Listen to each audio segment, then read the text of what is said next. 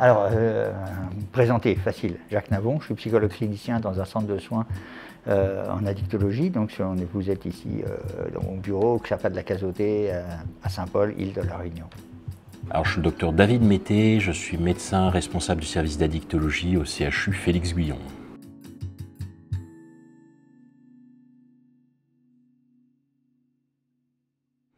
Alors là, la consommation de cannabis, ça reste un phénomène qui appartient aux habitudes locales depuis longtemps. Ça reste une plante qui est utilisée par la population depuis bien longtemps, hein, donc à visée phytothérapique, à visée vétérinaire, mais aussi à visée récréative, hein, parmi pas mal d'usagers. Et donc c'est toujours l'un des premiers produits illicite qui est utilisé à La Réunion, comme dans beaucoup d'endroits du monde, hein, d'ailleurs. Toutes les enquêtes montrent qu'effectivement, le cannabis à La Réunion, il est dans le tiercé de tête, c'est-à-dire alcool, tabac, zamal, donc cannabis. Toutes les enquêtes montrent qu'on on fume pas plus qu'en métropole. Sur les adolescents, par exemple, il est même, les enquêtes montrent que même les Réunionnais commencent plus tard. Par contre, si les adolescents commencent plus tard, ils rattrapent vite le retard. Voilà.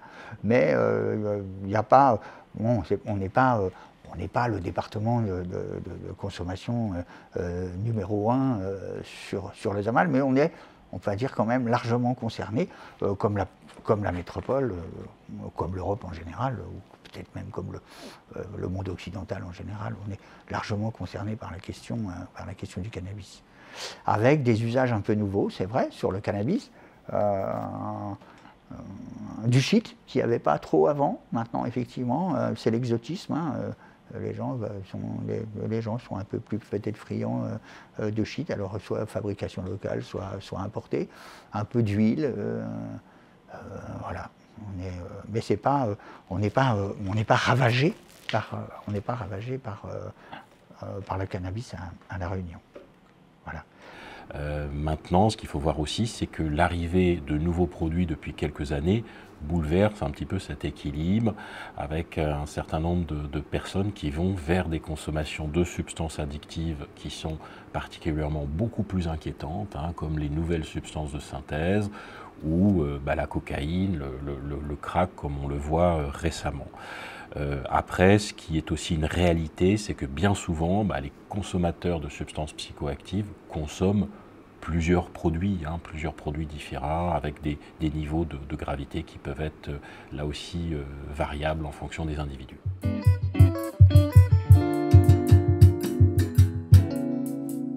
Alors, je dirais, il y a différents profils. C'est plus souvent un garçon qui commence à consommer à l'adolescence, avec des camarades, souvent pour aviser d'expérience, hein, et parmi ces personnes qui vont faire l'expérience du cannabis, hein, une majorité des jeunes vont tester le cannabis. Maintenant, un nombre assez restreint vont en faire un usage régulier, quotidien, et vont développer, 5 à 10% vont développer habituellement un trouble addictif parmi les consommateurs. Le profil, c'est donc de l'expérience. Ça peut être après une motivation culturelle, associée à la culture rasta, associée à la musique, mais à un profil un petit peu d'être dans la contre-culture. Voilà, c'est une substance qu'on va trouver quand même consommée dans des franges très variables de la population. Alors oui, il y aurait un profil type du consommateur, effectivement, ça tout le monde vous le dira, que les médecins généralistes, les infirmiers, les éducateurs, tout ce que vous voulez. Les problématiques addictives, elles vont émerger à l'adolescence. L'adolescence est cette période de la vie qui est un peu trouble, il faut quand même rappeler que ce n'est pas une maladie, voilà, mais on est tous passés par là.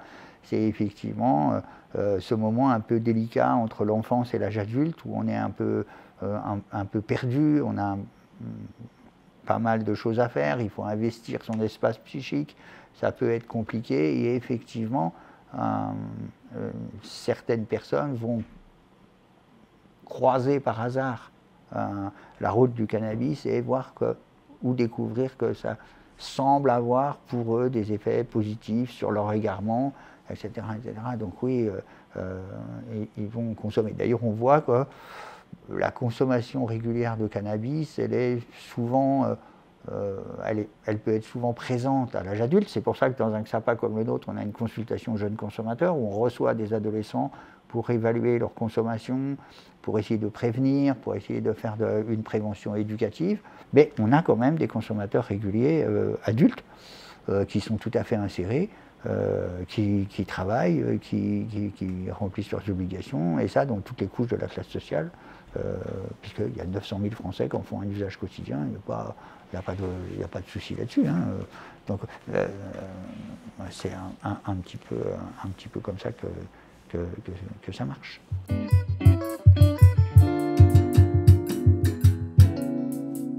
Ah, vaste question. Vaste question. C'est une question piège, là. Il est tôt, hein. Il est 8 h du matin, m'attaquer grave, là. Il faut peut-être remettre dans le contexte en perspective, si vous voulez, les usages, les usages pour les êtres humains. Effectivement, la nature humaine, elle est fondamentalement dépendante. L'être humain est dépendant de la qualité de l'air qu'il respire, on est dépendant de notre alimentation, on en parle aussi beaucoup, on est dépendant de notre sommeil, on en parle beaucoup, on est dépendant de nos relations sociales, si elles sont bonnes, si elles sont, etc. Donc effectivement, l'être humain, il a affaire à se démener avec beaucoup de dépendance. Et il est évident qu'il y a des dépendances qui sont plutôt positives, et des dépendances qui sont plutôt négatives. D'accord ? La malbouffe, voilà. Et si on fait attention à ce qu'on mange, c'est un peu mieux. Donc effectivement, c'est pas le, à mon sens, hein, c'est pas le produit, c'est pas le produit qui fait de l'être humain quelqu'un de dépendant. L'être humain, il est dépendant par nature. Donc après, il faut s'interroger plus, à mon sens, la question la plus intéressante, c'est la fonction du produit.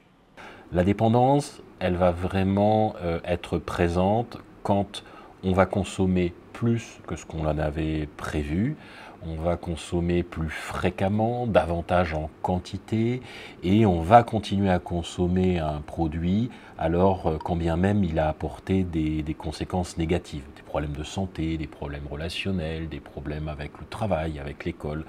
Malgré tous ces problèmes, la personne continue à consommer, ou le besoin de consommer va être plus fort que sa volonté. À ce moment-là, il y a addiction avec la caractéristique d'une envie irrépressible de consommer. On pourrait penser ou aborder la question différemment, il y aurait dépendance s'il y a effectivement souffrance.